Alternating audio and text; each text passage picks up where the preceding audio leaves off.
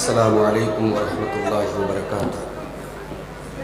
آپ لوگ آپس میں نہ الجھیں، اس سامنے کی جگہ خالی کر دیں تاکہ پیچھے والوں کو دیکھنے میں آسانی ہو۔ آپ لوگ سارا اپنا مار لیں، ان کا پچھلے لوگ پیچھے ہیں۔ چلیے سامنے کی جگہ خالی کر دیں، چلیے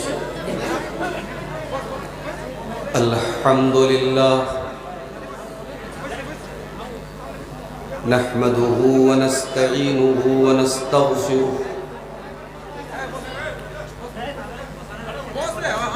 ونعوذ باللہ من شرور انفسنا ومن سیئات اعمالنا من يهده الله فلا مضل له ومن يضلل فلا هادي له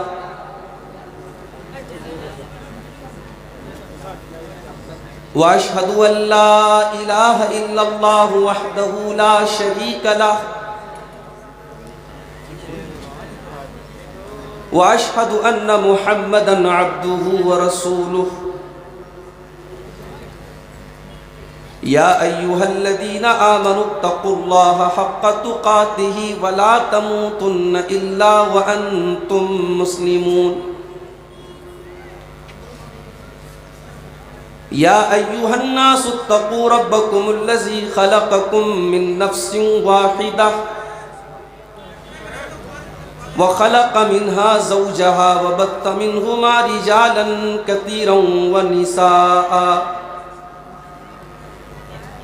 واتقوا الله الذي تساءلون به والأرحام إن الله كان عليكم رقيبا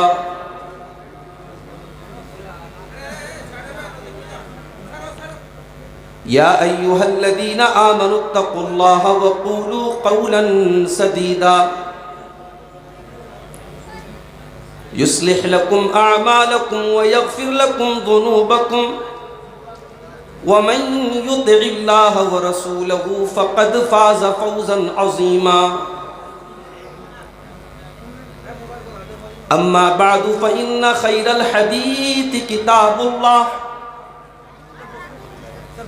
وخير الهدي هدي محمد صلى الله عليه وسلم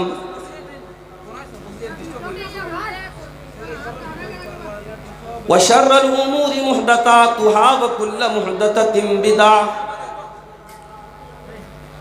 وكل بدعة ضلالة وكل ضلالة في النار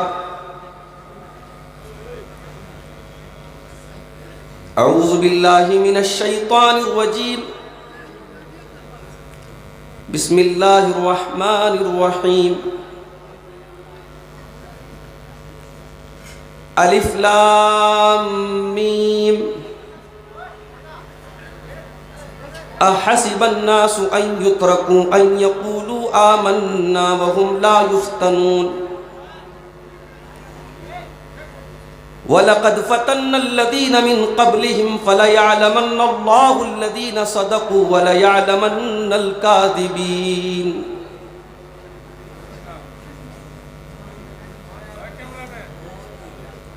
وہ شہر محبت جہاں مصطفیٰ ہیں وہیں گھر بنانے کو دل چاہتا ہے۔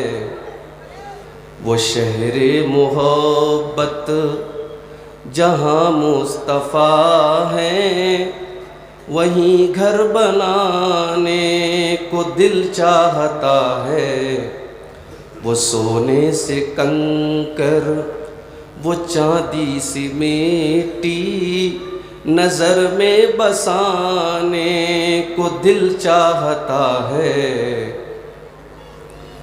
جو پوچھا نبی نے کہ کچھ گھر بھی چھوڑا تو صدیق اکبر کے ہونٹوں پہ آیا۔ وہاں مال و دولت کی کیا ہے حقیقت جہاں جان لٹانے کو دل چاہتا ہے۔ وہ شہر محبت جہاں مصطفیٰ ہیں وہیں گھر بنانے کو دل چاہتا ہے۔ جہاد محبت کی آواز گونجی، کہا حنظلہ نے یہ دلہن سے اپنی۔ جہاد محبت کی آواز گونجی، کہا حنظلہ نے یہ دلہن سے اپنی۔ اجازت اگر دو تو جام شہادت لبوں سے لگانے کو دل چاہتا ہے۔ وہ شہر محبت جہاں مصطفیٰ ہیں وہیں گھر بنانے کو دل چاہتا ہے۔ ستاروں سے یہ چاند کہتا ہے ہر دم، تمہیں کیا پتا ہے وہ ٹکڑوں کا عالم۔ ستاروں سے یہ چاند کہتا ہے ہر دم، تمہیں کیا پتا ہے وہ ٹکڑوں کا عالم۔ اشارے میں آقا کہ اتنا مزہ تھا کہ پھر ٹوٹ جانے کو دل چاہتا ہے۔ وہ شہر محبت جہاں مصطفیٰ ہیں وہیں گھر بنانے کو دل چاہتا ہے۔ صدر محترم، ناظم اجلاس، علماء کرام، محترم بزرگوں، نوجوان ساتھیوں، ماؤں اور بہنوں، پیارے بچوں، جامعہ اصلاح المومنین برہیٹ کا یہ سالانہ پروگرام جو اس پورے علاقے کا سب سے شاندار پروگرام ہوتا ہے اور 2 دن کا یہ پروگرام ہوتا ہے۔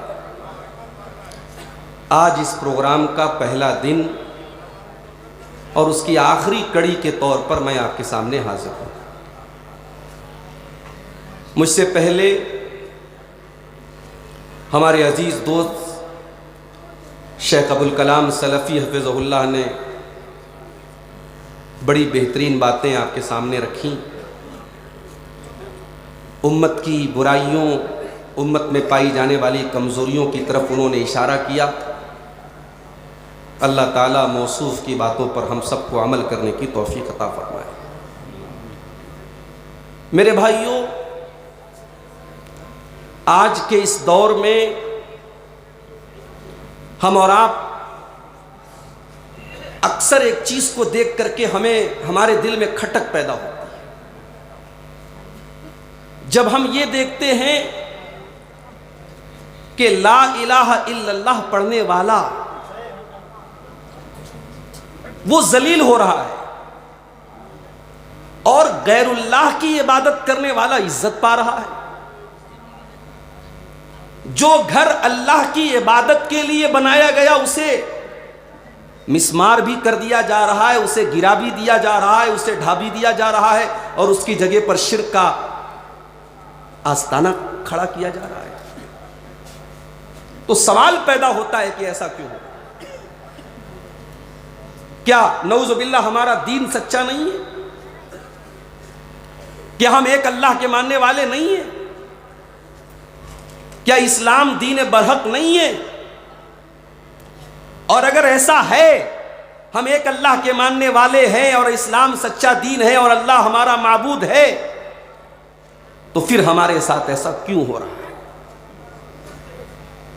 قرآن کریم میں اللہ تعالیٰ نے کئی جگہوں پر اس سوال کا جواب ہمیں دیا ہے۔ اس میں سے ایک آیت جو میں نے آپ کے سامنے پڑھی ہے سورہ عنکبوت کی ابتدائی آیت ہے۔ ان آیتوں میں اللہ تعالیٰ نے ہمارے اس سوال کا جواب دیا ہے کہ ایمان کا راستہ کوئی پھولوں کی سیج نہیں ہے. تم اگر یہ سمجھتے ہو کہ تم لا الہ الا اللہ پڑھتے رہو گے اور دنیا تمہیں مالا پہنائے گی، یہ پاسبل نہیں ہے. تم اگر یہ سمجھتے ہو کہ تم اللہ کی بارگاہ میں سر جھکاؤ گے اور دنیا تمہیں سلام کرے گی، یہ نہیں ہو سکتا. الف لام میم احسب الناس ان يتركوا ان يقولوا آمنا وهم لا يفتنون. الف لام میم. کیا لوگوں نے یہ سمجھ رکھا ہے کہ ان کو یوں ہی چھوڑ دیا جائے گا، ان کو آزمایا نہیں جائے گا، ان کو فتنوں میں نہیں ڈالا جائے گا، ان کو آزمائشوں میں نہیں ڈالا جائے گا، ان کو آزمائشوں کی بھٹی میں تپایا نہیں جائے گا؟ کیا لوگوں نے یہ سمجھ رکھا ہے؟ وَلَقَدْ فَتَنَّ الَّذِينَ مِن قَبْلِهِمْ. اے مسلمانوں کان کھول کر کے سن لو، تم سے پہلے بھی ہم نے بہت ساری قوموں کو آزمایا تھا. ہم نے ان کے اوپر طرح طرح کی مصیبتیں ڈالی تھی، طرح طرح کی آزمائشیں ڈالی تھیں. فَلَيَعْلَمَنَّ اللَّهُ الَّذِينَ صَدَقُوا وَلَيَعْلَمَنَّ الْكَاذِبِينَ. یہ اللہ کا دستور ہے، یہ اللہ کا قانون ہے، یہ اللہ کی سنت ہے. وہ ہر دور میں اپنے ایمان والے بندوں کو آزمائے گا تاکہ سچوں کو الگ کر دے، جھوٹوں کو الگ کر دے، مومن کو الگ کر دے، منافق کو الگ کر دے. ایمان کے راستے میں آزمائش تو آئے گی میرے. ایمان کا راستہ کوئی اتنا آسان راستہ نہیں ہے. آپ نے جب لا الہ الا اللہ پڑھ لیا اور آپ نے اسلام کے اندر اپنے آپ کو داخل کر لیا تو تیار ہو جاؤ، آپ کے راستے میں طرح طرح کی مصیبتیں آئیں گی. ہو سکتا ہے ایسا بھی دور آئے کہ آپ کو لا الہ الا اللہ پڑھنے پر آپ کے منہ میں انگارے ڈال دیے جائیں. ایسا دور بھی آ جائے کہ توحید کے بدلے میں آپ کو اپنی جان گنوانی پڑ جائے. اللہ کے نبی نے ایسے موقع پر فرمایا تھا لا تشرک باللہ وان قتلت او حرقت. اگر ایسا دور آ جائے کہ توحید کے بدلے میں تمہیں قتل کر دیا جائے، تمہیں جلا دیا جائے، تم قتل ہو جانا، تم جلنے پر جلنا گوارا کر لینا، مگر توحید سے کمپرومائز مت کرنا. آج کیا ہو رہا ہے؟ لکھنؤ سے 300 مسلمان، لکھنؤ سے 150 کلومیٹر دور ایک جگہ پہنچتے ہیں. میں جگہ کا نام نہیں لوں گا، ریکارڈنگ ہو رہی ہے. لکھنؤ سے 150 کلومیٹر دور پہنچتے ہیں 300 مسلمان، جس میں برقع پوش عورتیں بھی ہیں. اور وہاں جانے کے بعد ایک ایسی جگہ کی وہ زیارت کرنے جاتے، ایک ایسی جگہ کا دیدار کرنے جاتے، ایک ایسی جگہ کا درشن کرنے جاتے ہیں جہاں کے بارے میں ہم سب جانتے ہیں کہ اللہ کا ایک گھر گرا کر کے وہاں بت خانہ بنایا گیا. اور بڑے ڈنکے کی چوٹ پر کہتے ہیں صاحب ہم تو مسلمان ہیں. میڈیا ان مسلمانوں کو ہائی لائٹ بھی کرتا ہے. میڈیا کی نظر میں وہ بڑے اچھے مسلمان ہیں. میڈیا کہتا ہے کٹر مسلمانوں دیکھو تم کیسے مسلمان ہو، دیکھو یہ مسلمان ہیں، یہ اسلام کے ماننے والے ہیں، اور موقع آیا تو فلاں کے آگے بھی سر جھکانے کے لیے تیار ہو گئے. تم کیسے مسلمان ہو؟ تمہارے منہ سے تو اللہ کے سوا کوئی لفظ نہیں نکلتا. ہائے دنیا والوں کان کھول کر کے سن لو، ہم نے جب لا الہ الا اللہ پڑھ دیا تو لا الہ الا اللہ کا مطلب یہی ہوتا ہے ہمارا سر جھکے گا تو اللہ کے آگے جھکے گا، ہماری پیشانی اگر جھکے گی تو اللہ کے آگے جھکے گی. ہم کسی کا نعرہ اگر لگائیں گے، کسی کی محبت کا ترانہ اگر گائیں گے، کسی کے آگے اگر ہم ہاتھ پھیلائیں گے تو وہ ذات صرف اور صرف اللہ کی ذات ہے، اور کسی اور کے در پہ سر جھکانے والا سب کچھ ہو سکتا ہے، مسلمان نہیں ہو سکتا. اور اسلام کا دشمن یہی چاہتا ہے. معاف کرنا اگر آپ کو یہ لگتا ہے کہ اسے آپ کی دولت سے پرابلم ہے، نہیں نہیں، نو پرابلم. ابھی میرے پاس ممبئی سے ایک عورت کی کال آئی، اسی بہار کی، بنگال کی رہنے والی وہ خاتون اس وقت ممبئی میں رہتی ہیں. کہنے لگی مولوی صاحب، شیخ صاحب، میرے والد ہائی کورٹ کے جج تھے، ریٹائر ہوئے ہیں، بہت اونچی پوسٹ پر تھے، آج ممبئی میں 3 کروڑ کا بنگلہ انہوں نے بنایا ہے. مولوی صاحب سب کچھ اچھا ہے مگر میرے والد کا دین سے کوئی تعلق نہیں ہے، انہیں علماء سے نفرت ہے، انہیں اسلام سے نفرت ہے، وہ نام کے مسلمان ہیں، ان کے اندر دینداری نام کی کوئی چیز نہیں ہے. معاف کرنا میرے بھائیوں، اگر ہماری قوم میں ایسے جج تیار ہو رہے ہیں، ایسے وکیل تیار ہو رہے ہیں، ایسے ڈاکٹر تیار ہو رہے ہیں جو نام کے مسلمان ہیں اور ان کے دل میں اسلام کی کوئی محبت نہیں ہے، ان کے دل میں اللہ کی کوئی محبت نہیں ہے، ان کے دل میں توحید نہیں ہے، ہمیں نہیں چاہیے ایسے وکیل، ہمیں نہیں چاہیے ایسے جج، ہمیں نہیں چاہیے ایسے ڈاکٹر، ہم ایسے جاہل، ہم ان سے بہتر اس جاہل مسلمان کو سمجھتے ہیں جو زیادہ پڑھا لکھا تو نہیں ہے مگر اللہ کی توحید کو جانتا ہے، اللہ کو پہچانتا ہے، اسے معلوم ہے کہ سر کس کے آگے جھکانا ہے، اسے معلوم ہے کس کے آگے نہیں جھکانا ہے۔ اور اسی لیے ہم کہتے ہیں دنیا جن مدرسوں کا مذاق اڑا رہی ہے، حکومت کے نشانے پر مدرسے، اپنوں کے نشانے پر مدرسے، غیروں کے نشانے پر مدرسے، مگر برہیٹ والوں اور جھارکھنڈ والوں اور گڈا والوں اور صاحب گنج والوں کان کھول کر کے سن لو، جب تک یہ مدرسے موجود ہیں، جب تک قال اللہ اور قال الرسول کی صدائیں مدرسوں میں بلند کی جا رہی ہیں، جب تک آپ کے بچے یہاں پہ قرآن پڑھ رہے ہیں، جب تک یہ مولوی حضرات یہاں پہ قرآن و حدیث پڑھا رہے ہیں، تب تک آپ کے بچے انشاءاللہ مرتد نہیں ہوں گے۔ یہاں سے پڑھنے والا بچہ دنیا کے کسی کونے میں چلا جائے انشاءاللہ وہ مرتد نہیں ہوگا، وہ اسلام کا دامن کبھی ہاتھ سے جانے نہیں دے گا۔ ہم غریبوں کی پونجی کیا ہے میرے بھائی؟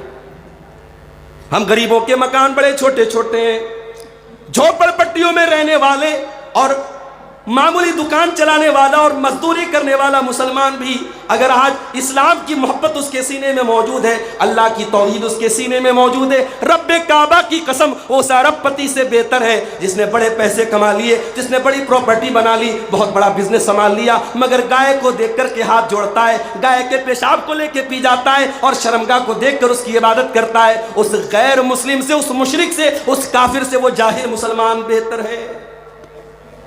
اپنی توحید پر ناز کرو میرے بھائی، کبھی دیکھو کسی کو، ابھی اخبار میں نیوز آئی کہ صاحب فلاں معبود جن کا ابھی نیا عبادت خانہ تعمیر ہوا ہے، ہمارے پردھان منتری جی نے جس کا افتتاح کیا ہے، صاحب فلاں معبود کے درشن کے لیے لوگ جا رہے تو ان کو بڑا خلل ہو رہا ہے، ان کے آرام میں رکاوٹ آ رہی ہے، تو لہٰذا یہ طے کیا گیا کہ 15 گھنٹے جو ہے ان کی زیارت کی جائے، باقی ٹائم اس کی زیارت کو بند کر دیا جائے تاکہ ان کو آرام ملے۔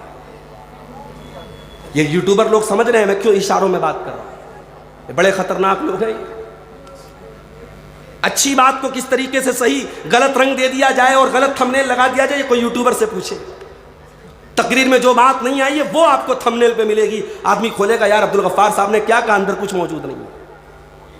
اللہ کے واسطے میرے یوٹیوبر بھائیوں برا نہ ماننا، مجھے شوق نہیں آپ پر کسی طریقے کی پابندی لگانے کا، مگر آپ اپنی حرکتوں کو سدھار لو میرے بھائی، آپ کی وجہ سے بڑی پریشانیاں کھڑی ہو رہی ہیں علماء کے ساتھ۔ حالات یہ ہیں میرے بھائیوں، ہندوستان کا پڑھا لکھا انسان، انٹیلیجنٹ انسان جس کے پاس بڑی بڑی ڈگریاں ہیں، وہ آج پتھر کے بت کے آگے جا کے سر جھکا رہا ہے۔ میرے بھائیوں ایسا منظر دیکھ کر کے اللہ کا شکر ادا کیا کرو، اللہ نے ہمیں توحید پر بنایا، اور جب توحید کے اس راستے پر آئے ہو تو کان کھول کر کے سن لو، یہ پھولوں کی سیج نہیں، یہ کانٹوں کا راستہ ہے۔ اسلام کا دشمن کبھی نہیں چاہے گا کہ آپ کی پیشانی ایک اللہ کے آگے جھکے۔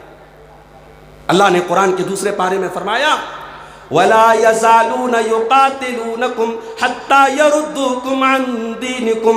اے نبی یہ کفار اور مشرکین تو یہی چاہتے ہیں، اسی لیے تم سے لڑنا چاہتے ہیں، تم کو اسلام سے ہٹانا چاہتے، تم کو دین سے ہٹانا چاہتے، تم کو مرتد بنانا چاہتے ہیں۔ بظاہر تو مسلمان رہو، سر پہ ٹوپی بھی لگا لو، نام عبداللہ رکھ لو، عبد الرحمن رکھ لو، لیکن تمہاری مینٹیلٹی کافر کی ہو جائے، تمہاری سوچ مشرک کی ہو جائے، تم اللہ کو نہ پہچانو، تم رسول کو نہ پہچانو، تمہیں توحید سے کوئی مطلب نہ رہے، ایسا مسلمان یہ چاہتے ہیں۔ فتنوں کا دور ہے میرے بھائی، اور یہ فتنے کم نہیں ہوں گے، یہ بڑھتے چلے جائیں گے۔ فتنہ کس کو کہتے ہیں؟ ایک عورت جاتی ہے اپنے سونے کا کنگن لے کر کے سونار کے پاس، اور سونار سے کہتی ہے کہ ذرا اس کو دیکھ لو، اس کا وزن کیا ہے اور اس کا کتنا پیسہ مجھے ملے گا۔ سونار نے ترازو پہ رکھا، کنگن کا وزن نکلا 5 گرام۔ پھر سونار نے اپنی کسوٹی پر پرکھا کہ اس سونے کے کنگن کے اندر اوریجنل سونا کتنا ہے۔ اس کسوٹی پر جب اس نے پرکھا اس نے کہا محترمہ آپ کے 5 گرام کے کنگن کا جو اوریجنل وزن ہے وہ تو 4 گرام ہے، اس کے اندر 1 گرام تو ملاوٹ ہے۔ ہمارے ایمان کی، ہمارے توحید کی، ہمارے دین کی ملاوٹ، کھرے اور کھوٹے کو الگ کرنے کے لیے اللہ تعالیٰ نے دنیا میں طرح طرح کے فتنوں کو بھیجا ہے میرے بھائیوں، تاکہ ایمان میں کھرا کیا ہے کھوٹا کیا ہے الگ ہو جائے۔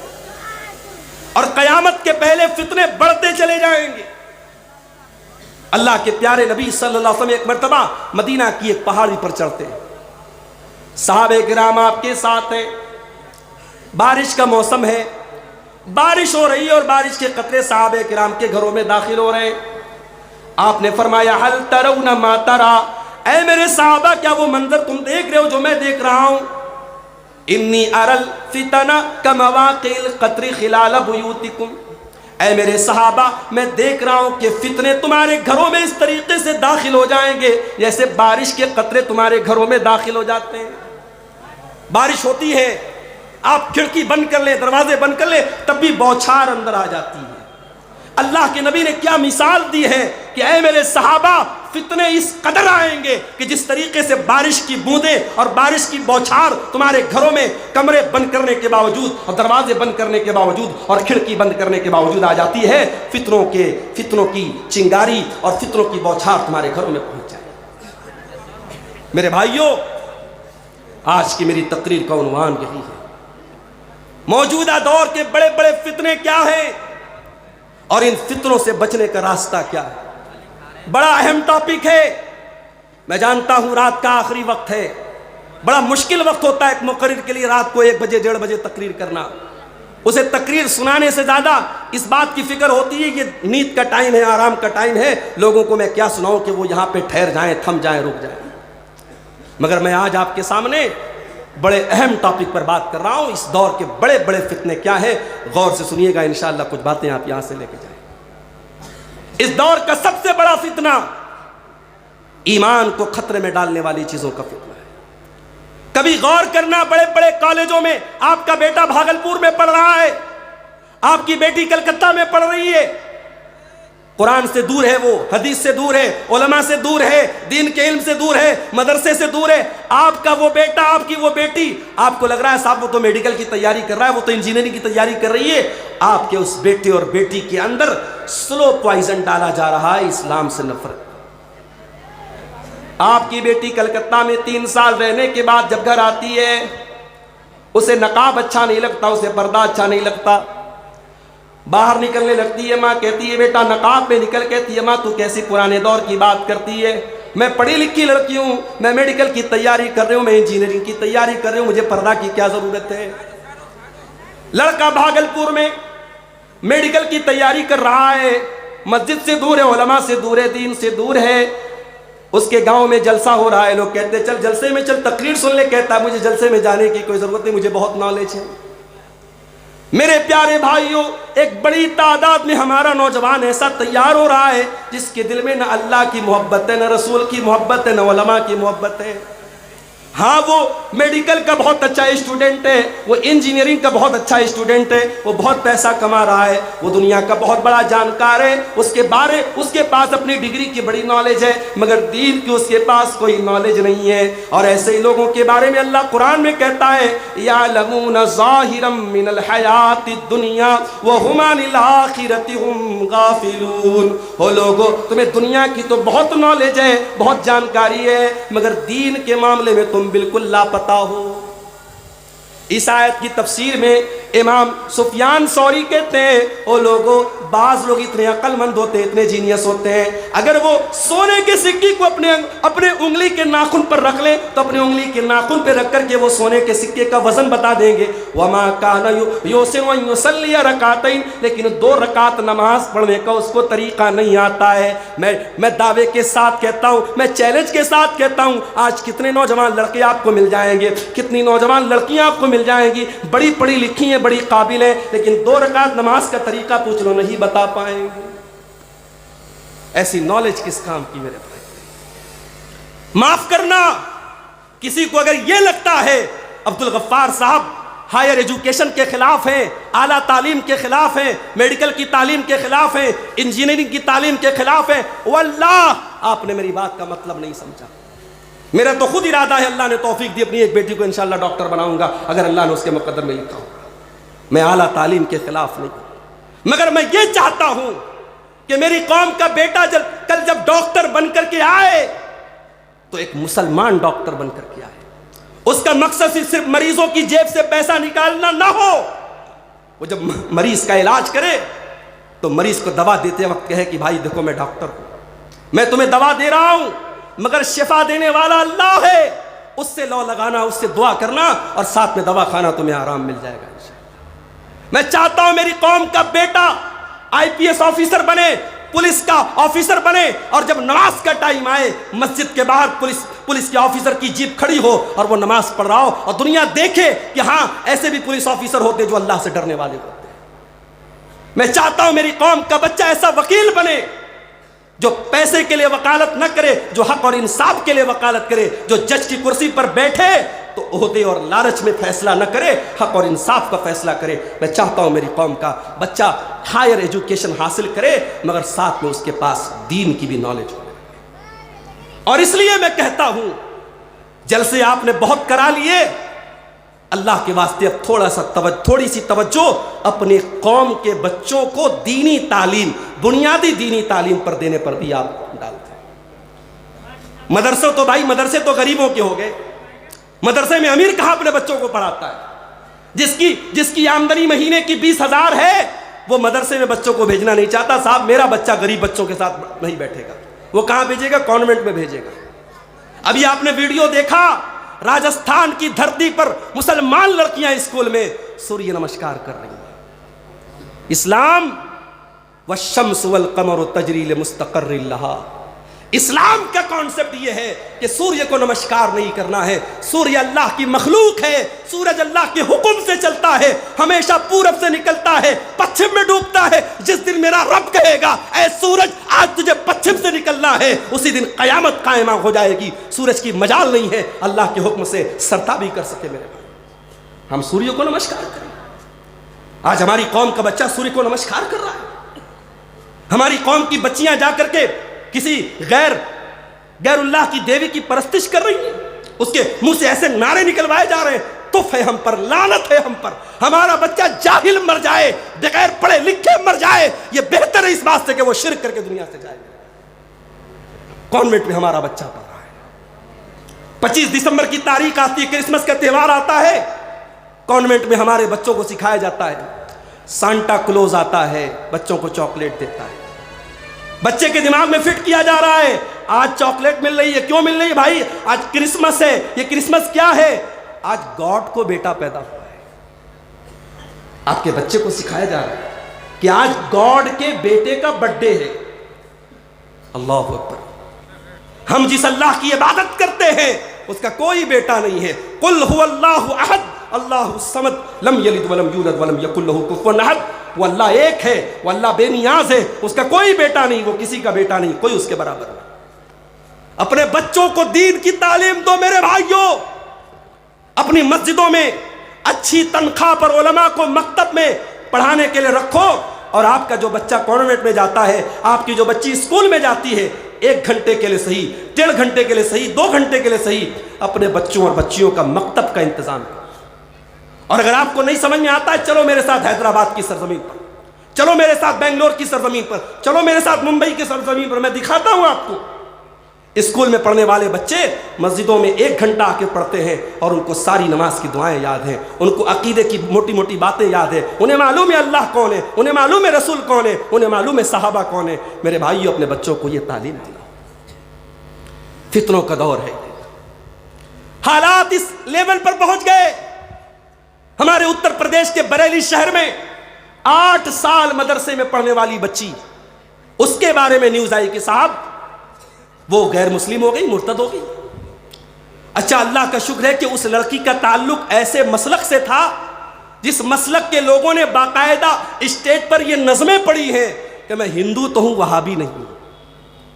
جس مسلک کے اسٹیج سے یہ آواز دی گئی کہ میں ہندو تو ہوں وہابی نہیں ہوں, اور اہل حدیث مسلک کا مذاق اڑایا گیا اور اپنی قوم کو بتایا گیا تم ہندو ہو جانا مگر وہابی مت بننا. آج اس قوم کی 8 سال مدرسے میں پڑھنے والی بچی آج اسلام کا دامن چھوڑ دیتی ہے. میرے بھائی، ہم اس قوم کو کہاں لے کے جا رہے ہیں؟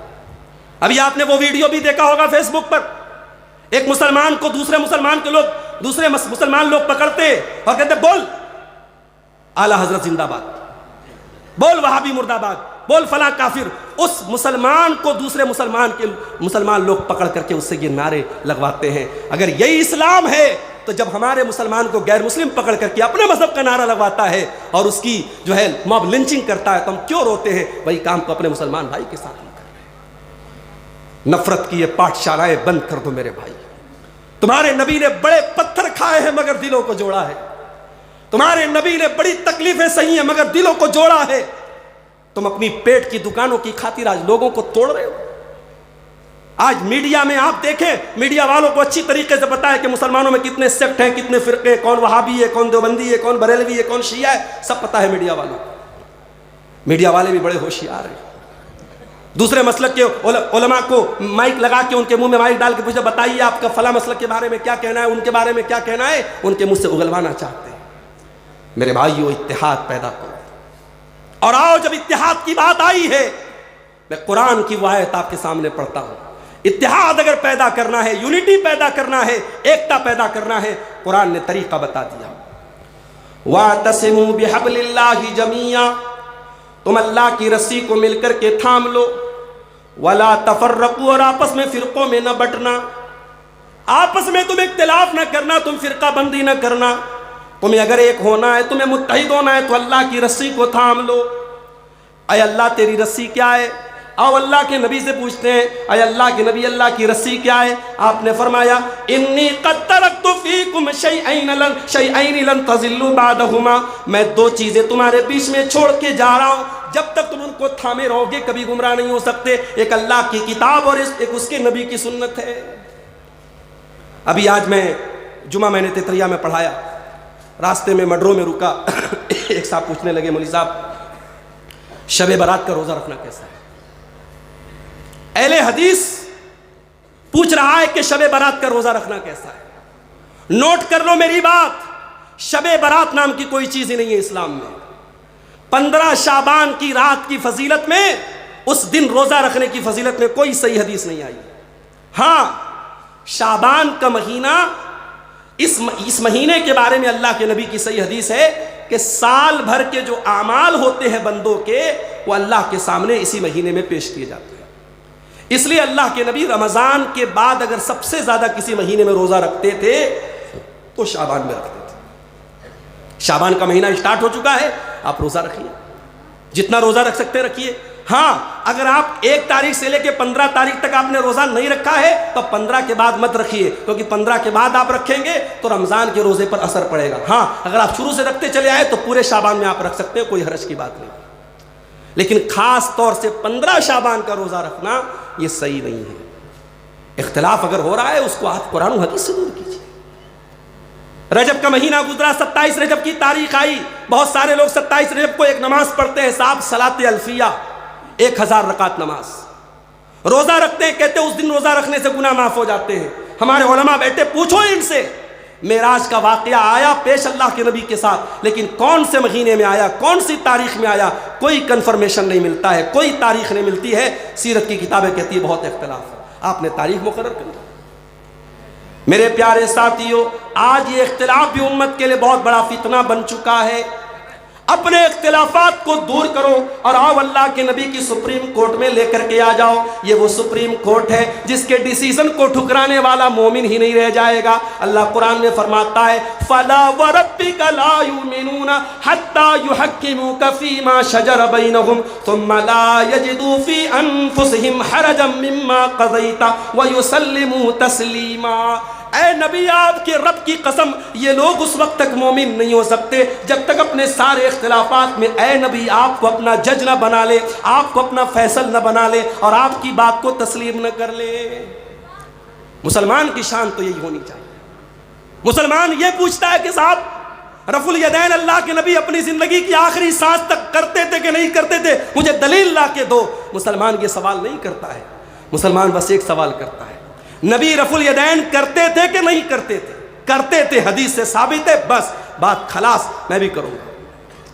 مسلمان کے سامنے جب حدیث پڑھی جائے، نبی نے ایسی نماز پڑھی، نبی نے ایسا کیا، مسلمان کا سر جھک جانا چاہیے میرے پیارے ساتھیوں، اس کے بعد پھر بحث نہیں کرنا چاہیے۔ یہی مسلمان کی شان ہے، اور اسی طریقے پر عمل کر کے ہم اختلافات کو ختم کر سکتے ہیں۔ اس دور کا بہت بڑا فتنہ شہوتوں کا فتنہ بن چکا ہے۔ مولانا معراج سلفی کی تقریرات نے سنی، آج عورتوں کا کیا حال ہے، گھر سے بغیر پردے کے جوان لڑکی نکل رہی ہے۔ بڑی عجیب بات ہے، 60 سال والی 70 سال والی نقاب میں نکل رہی ہے، اور 20 سال والی بغیر پردے کے نکل رہی ہے۔ اور معاف کرنا میرے بھائیوں، آپ کے یہاں کے جلسوں میں جو بہت ساری چیزیں شریعت کے خلاف ہو رہی ہیں، اس میں سے ایک یہ بھی ہو رہی ہے۔ جلسہ کیا ہے صاحب؟ تہوار ہے، پورے گاؤں کی لڑکیاں میک اپ کر کے سج سور کر کے جلسے میں آ رہی ہیں، اور جتنی عورتیں جلسے میں اس سے کہیں زیادہ راستے میں ہیں، اور راستے میں جوان لڑکیاں بھی جا رہی ہیں، جوان لڑکے بھی جا رہے ہیں، اور جوان لڑکے کبھی بائک کے ذریعے، کبھی سائیکل کے ذریعے، کبھی اپنی آوازوں کے ذریعے ان کو اپنے ہنر دکھا رہے ہیں۔